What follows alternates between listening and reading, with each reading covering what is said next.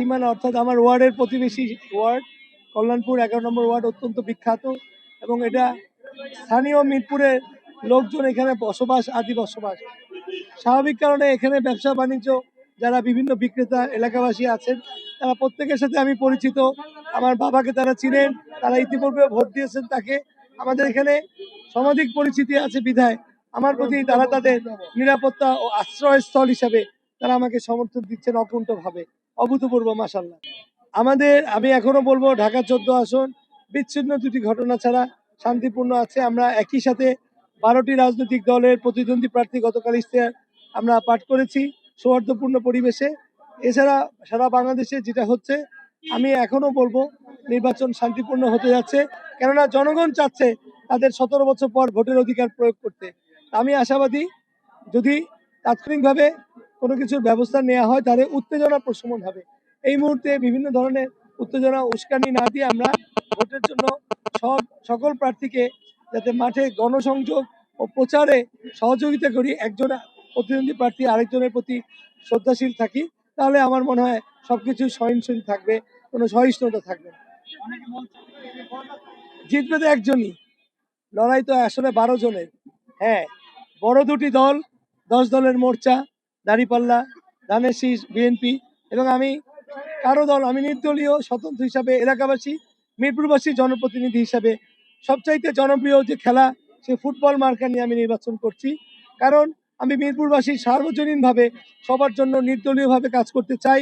আমি 2018-তে এখানে ধানের শীষে প্রার্থী ছিলাম।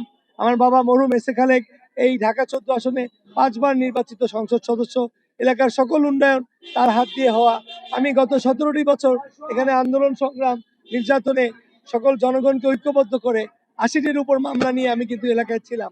তাই জনগণের যখন করোনা মহামারীতে যেমন পাশে ছিলাম, সেই একইভাবে আগামীতে আমার মিরপুর, আমার নারী সম্পর্ক, আমার জন্মস্থান, এই মিরপুরকে নিয়ে আমার ভাবনা, আমি আগামীতে একটি সুস্থ অবাধ ও নিরপেক্ষ নির্বাচনের মাধ্যমে নির্বাচিত হলে আমি নিজেকে ঢেলে দিব, নিজেকে উৎসর্গ করব মিরপুরবাসীর উন্নয়নে।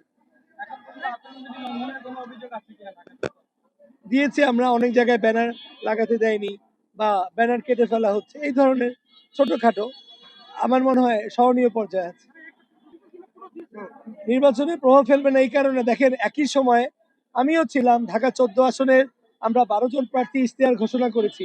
অত্যন্ত সৌহার্দ্যপূর্ণভাবে প্রথম সারিতে আমরা 12 জন প্রার্থী বসেছিলাম।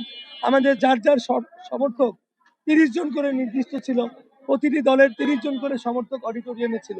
প্রত্যেকে যার যার ইশতেহারের সময় উল্লাসিতভাবে তারা হাততালি দিয়ে অভিবাদন জানিয়েছেন। তাই ওনারা অবাক হলেন যে বাংলাদেশের প্রথম একটি অনুষ্ঠান ঢাকা 14 আসনে। দেখেন, এটা আপনার সদিচ্ছার উপর। আপনি নিজে একজন আইন প্রণেতা হয়ে দেশকে জাতিকে দিতে যাচ্ছেন, তাহলে আপনি যদি ধৈর্য সহিষ্ণু না হন, সমর্থকদের নিবৃত না করেন, তাহলে এখানে আপনার ব্যর্থতা। আমি বলবো শেরপুরবাসীর জন্য দুঃখ যে তারা ধৈর্য সহিষ্ণুতা দেখায়নি। এতে নির্বাচনে প্রভাব পড়বে না, এখনো সময় আছে। আমরা সকল প্রার্থীকে সমান অধিকার দেওয়ার জন্য আবেদন করছি। এটার দায়িত্ব নির্বাচন কমিশন ও আইন শৃঙ্খলা রক্ষাকারী বাহিনী।